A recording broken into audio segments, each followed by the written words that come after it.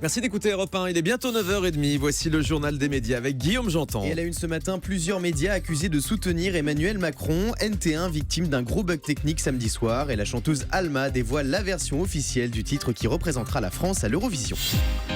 On commence donc avec ces médias accusés de soutenir Emmanuel Macron. Depuis quelques jours, les journaux Le Monde et l'Express sont accusés par certains lecteurs de soutenir Emmanuel Macron. Certains pointent du doigt la proximité de Pierre Berger, actionnaire du Monde, avec le candidat d'En Marche, tandis que d'autres soupçonnent Patrick Drahi, propriétaire de l'Express, de marcher pour Macron. Des accusations auxquelles ces deux médias ont répondu ces derniers jours, alors que le journaliste du Monde en charge de la couverture d'Emmanuel Macron affirme qu'il ne bénéficie d'aucun traitement particulier.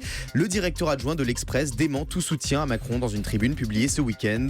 Hier, Marine Le Pen a accusé un autre média de faire campagne en faveur d'Emmanuel Macron, l'information du groupe France Télévisions. C'était sur le plateau de Punchline, l'émission politique de Laurence Ferrari sur C8. Le service public de l'information de Madame Ernotte, roule pour Monsieur Macron. Ils sont très copains tous les deux. Alors, ils se tapent dans le dos, ils se tutoient, ils s'embrassent. Je ne peux pas prendre la etc. défense du service mais je vous public, dis, on est sur par exemple, C8. Voilà. Monsieur Berger, le patron du Monde, est officiellement en campagne pour Monsieur Macron. Monsieur Drahi, le patron de BFM, vous envoyez tous les journalistes au milieu de Libération, etc., est officiellement en campagne pour Monsieur Macron. Alors voilà, c'est tout, c'est un fait. Voilà Marine Le Pen dans Punchline hier sur C8. NT1 victime d'un gros bug technique ce week-end. Samedi soir, la petite sœur de TF1 s'est montrée très réactive à l'actualité en programmant un numéro spécial du magazine de faits divers Chronique criminelle consacré à l'affaire Troidec quelques jours seulement après l'épilogue de l'enquête. Mais problème, un bug technique est venu perturber la diffusion du reportage après seulement 15 minutes d'émission.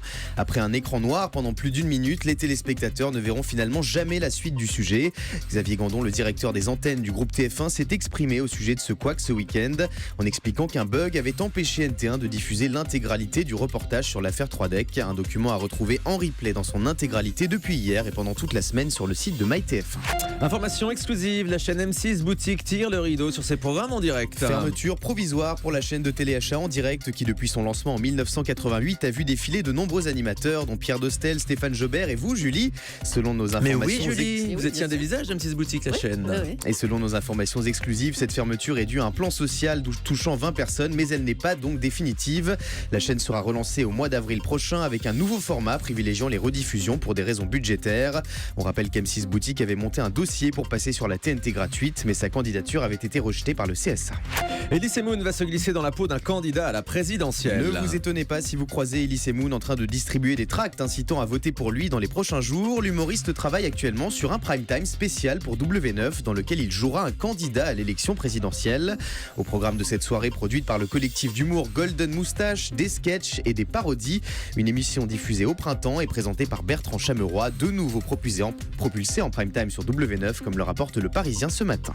Et puis la chanteuse Alma dévoile donc la version officielle du titre qui représentera la France à l'Eurovision. Il y a un mois, on vous faisait découvrir Requiem, le titre qu'interprétera notre ambassadrice, la jolie Alma, le 13 mai prochain à Kiev lors de la prochaine édition du concours de l'Eurovision. Ce qu'il a donné, 1 an, 2 ans, 100 ans de bonheur. Plus la vie te caille comme une fleur. Fais-moi marrer, j'en ai besoin. En attendant que sonne l'heure. 1 an, 2 ans, 100 ans à deux. Et puis un jour on est tout seul. On pleure mais on survit quand même. C'est la beauté du Requiem. Voilà, ça c'est la version originale, donc dévoilée il y a quelques semaines. Et ce week-end, à 2 mois de la grande finale, la chanteuse a dévoilé une autre version de cette chanson créée spécialement pour l'occasion. Alors vous allez l'entendre, c'est exactement la même que l'original, mais avec un refrain en anglais pour séduire le plus grand nombre de téléspectateurs dans toute l'Europe. Let's go. Ce qu'il a donné, will you take me to paradise? With you nothing ever dies. You take my smile and make it bright. Before the night erases the light. I won't go below silver skies. The only dark is in your eyes. On pleure mais on survit quand même.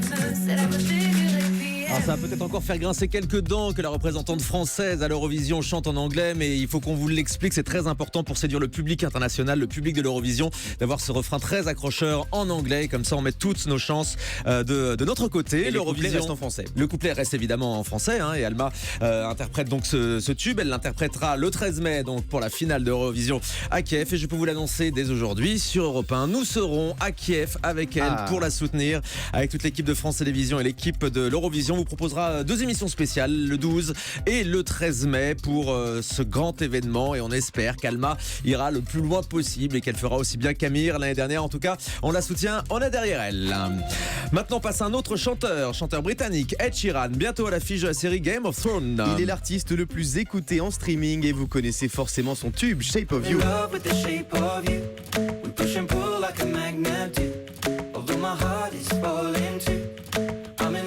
Il n'a pas fait de version en français, lui, non Pas encore. Le chanteur anglais Ed Sheeran va faire une apparition dans la nouvelle saison de la série fantastique à succès Game of Thrones.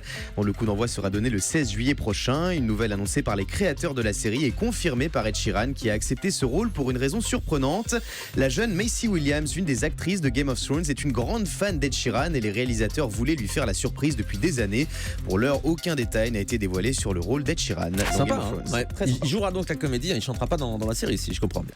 Peut-être. Gad Elmaleh lance un défi à Cyril Hanouna. Le célèbre humoriste sera demain l'invité de Touche pas à mon poste et il a imposé une condition à sa venue, que tout le monde sur le plateau soit teint en blond, de Cyril Hanouna au chroniqueur en passant par les techniciens et le public, en référence à son sketch culte Le Blond.